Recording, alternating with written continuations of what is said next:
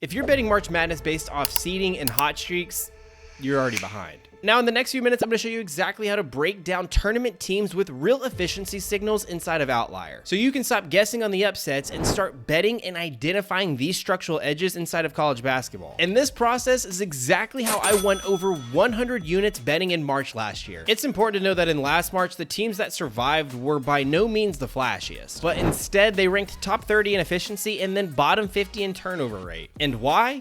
Well, that profile travels. So the real question isn't necessarily who's going to pull off the upset. It's which teams look strong on paper but collapse under tournament pressure. Now, the first thing that I check when comparing these teams is effective field goal percentage compared to their turnover rate. Because if a team scores efficiently but also protects possessions, that's stability. And on the other hand, if they're scoring the ball a lot but still turning the ball over 18% of the time, that's volatility. And March punishes volatility. Because here's the part that nobody talks about. March does not expose the bad teams, it simply exposes the unstable teams. And unfortunately, these unstable teams can still be listed as top seeds. To be honest, every single year you're starting to see this. 3 seed loses early, 4 seed collapses late, everyone's calling it chaos. But when you zoom in and look at the numbers, the warning signs were already there. So instead of asking who's hot, I'm asking Outlier these 3 questions when it comes to betting on these games. Is their efficiency real? Is their ball security stable? And does this style of play travel well? And with those 3 questions, over the next few minutes, I'm going to show you exactly how to spot these balanced teams that are going to survive, how to identify the fraud favorites, and how to turn this into actual betting angles. So with that said, let's go ahead and take a look at a real matchup here. Now, this is a game happening today, which is in late February, but this is actually a potential 5 versus 12 seed that we could see in March Madness this year, which in March Madness, 5 versus 12 seeds can be a little bit hard to predict despite the seeding differences. So on the surface, people could look at this matchup and say, hey, this is a typical 12/5 upset spot. But let's actually look at what the profile says here. So looking at these two teams, Vanderbilt would be the projected 5 seed, whereas Missouri here would be the projected 12 seed. Now, what I want to compare these two offenses.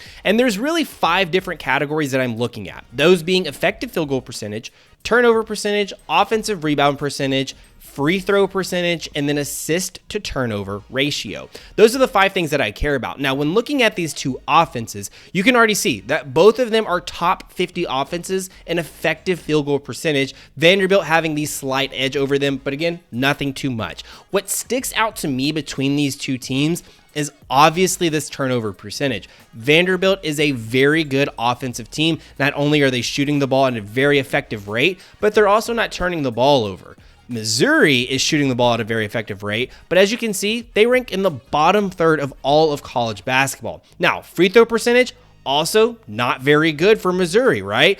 336. They are one of the worst, if arguably not the worst, college basketball teams in terms of free throw percentage, whereas Vanderbilt, on the other hand, 13th, right? Assist to turnover ratio, both of these teams are pretty good. Obviously, Vanderbilt being one of the best at tied for 6th. Because when I'm betting on this, I'm not looking at necessarily a seeding mismatch. What I am looking at is a possession mismatch. So don't necessarily just start taking 12 seeds over 5 seeds because, history says so. Because if you notice what we just did is we didn't try to predict the chaos that was going to ensue in March. We compared efficiency, ball security, and style of play. But of course, before I start to fire off any of these types of bets, I do see that this is obviously a really good matchup. So what I do want to look at is line movement as well, and making sure that this is actually supporting my reason for taking this team. So in this particular play, this is looking at Missouri's money line, and what we want to see is actually this line trending down. But I don't favor Missouri in this. I actually favor Vanderbilt. So this is essentially moving against me. Now, of course, this is a regular season game, and this is a home game for Missouri. So that could be heavily impacting the reason for this line movement. So I wouldn't necessarily take this,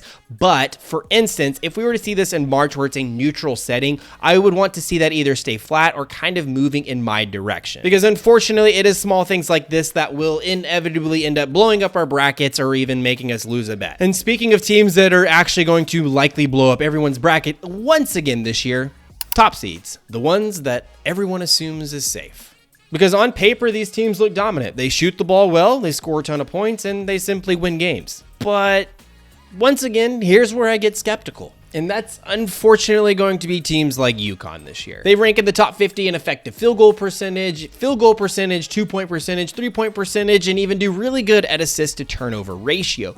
However, where I see this team potentially struggling this year is turnover percentage. They're turning the ball over 16% of the time, which is in the bottom half of college basketball. And then even here, free throw percentage, even free throw rate are in the bottom third at even getting to the free throw line. And then even when they do, shooting free throws at 70% mark. And this is exactly what I call a volatility profile. Sure, they score a lot. And if they ever are in a situation where they have to close out a close game, I can't necessarily say that I'm going to trust this team. Yeah, sure, they score a lot, but they've also proven that they have a weak closing ability. Even in top 25 games this year, they're 5-2. So in March, when this level of play is obviously even higher, it could be difficult for teams like this to advance further down the road. Now, all of this to say that upsets don't happen just because Cinderella Magic just decided to show up for one team in March. This happened because disciplined teams punish volatility. And that's the framework. We're not betting seeds. We're not betting hot streaks. We are simply betting profiles. Now, if you want to be even more structured, this is an example of a model that you can use when betting on college basketball for March. And all that this is going to do is compare everything that we had talked about between these two teams. So what we have here on the left-hand side is actually the 5 stats that I had mentioned earlier, which was effective field goal percentage, turnover percentage, offensive rebound percentage, free throw percentage, and then the assist to turnover ratio. Those are 5 stats that I do believe, wholeheartedly believe, travel from what a team actually performs like throughout the regular season into March, where it actually matters. Now from here, what we've done is we set different weights, and all I've done, you can obviously change these and you'll see how these numbers kind of change here. So we could set this to 4, we could set this to 3, however we wanted to do it. But again, let's just set this back to what it was.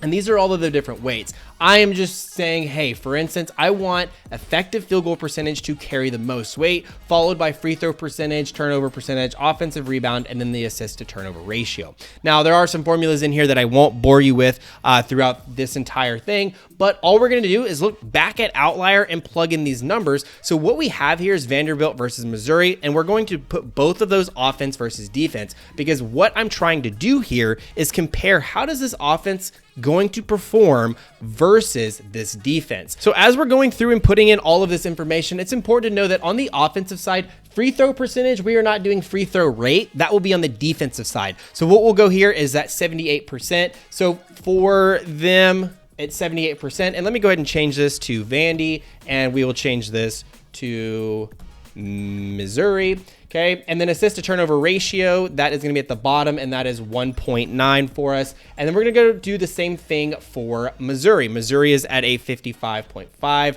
Turnover percentage is a 17.5. And feel free to kind of skip ahead in this video. 34.1. Free throw percentage is a 67.4.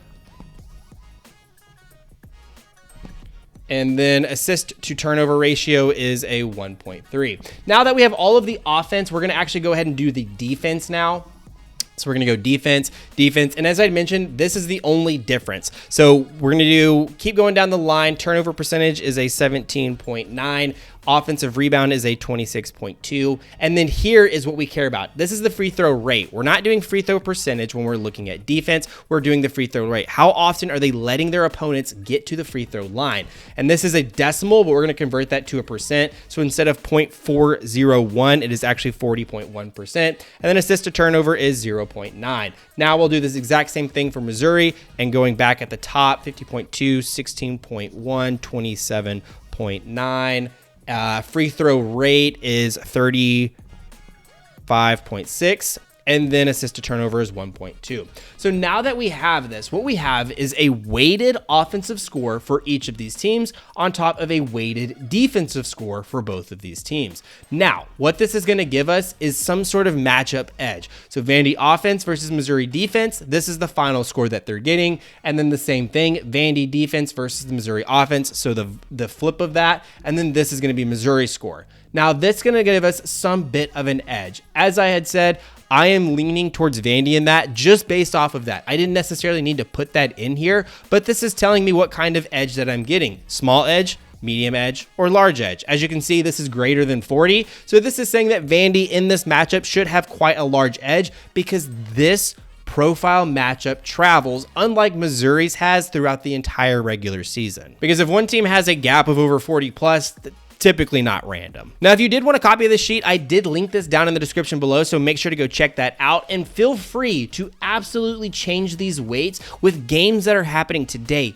and tomorrow to see how you can kind of fine tune this, right? If you wanted to actually change the effective weight of field goal percentage to a 2, and let's say that will change offensive rebound percentage to a 5, right? So now Vandy was no longer at a 60 plus, now they're at a 40 plus. Still a large edge, but you can see how these numbers are going to vastly change. Betting on March Madness isn't random. It's most of the time made emotional, and a lot of time bettors are letting emotion completely guide which side of the bet they're taking. And thankfully, now you don't have to anymore. Because now we've checked efficiency, we've checked ball security, we've checked physicality, free throw percentage, and all of that is now baked into a profile score. And that is simply structure, and structure is going to beat chaos 100 times out of 100. It's important to know, again, the goal is not to predict every single upset. The goal is to avoid the fragile favorites and then attack on the real mismatches. That's exactly how you are going to survive March profitably. So once again, if you wanted access to this spreadsheet, I did link that down in the description below. And be sure to check out Outlier and using the exact same stats or even stats that you maybe want to include that I didn't.